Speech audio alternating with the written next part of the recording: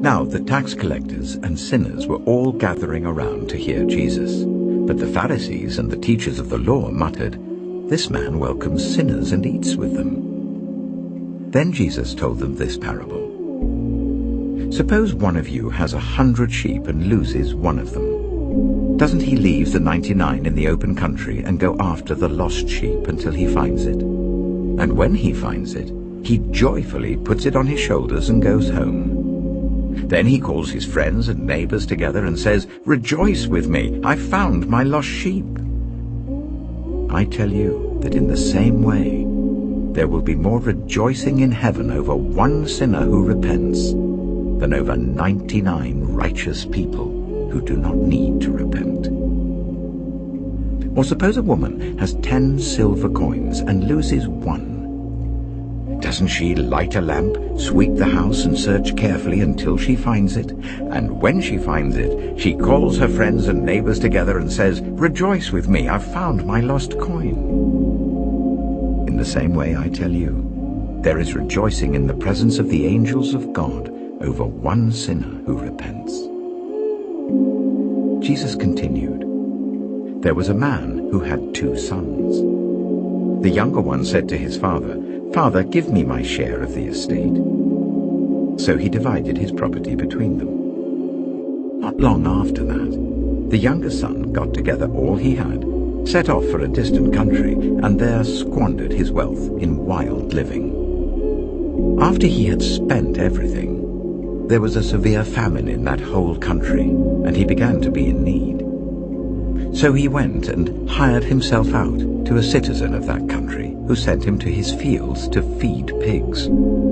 He longed to fill his stomach with the pods that the pigs were eating, but no one gave him anything.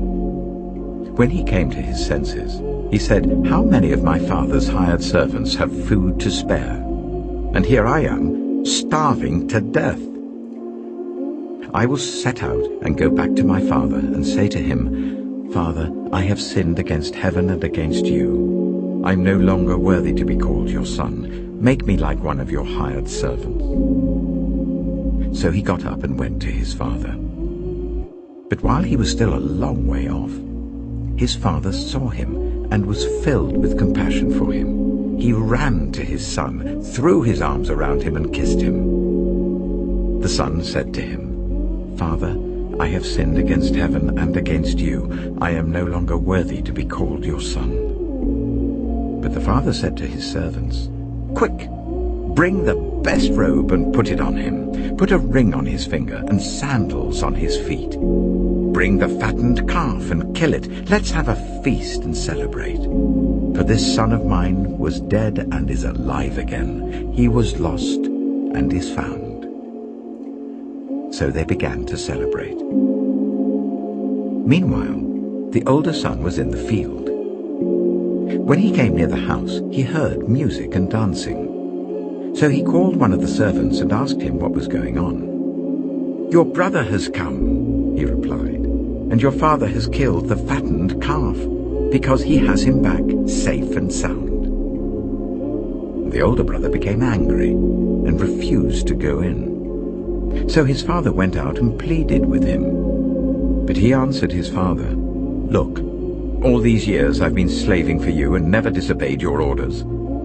Yet you never gave me even a young goat so I could celebrate with my friends. But when this son of yours, who has squandered your property with prostitutes, comes home, you killed the fattened calf for him.' 'My son,' the father said, 'you are always with me, and everything I have is yours. But we had to celebrate and be glad because this brother of yours was dead and is alive again. He was lost and is found.'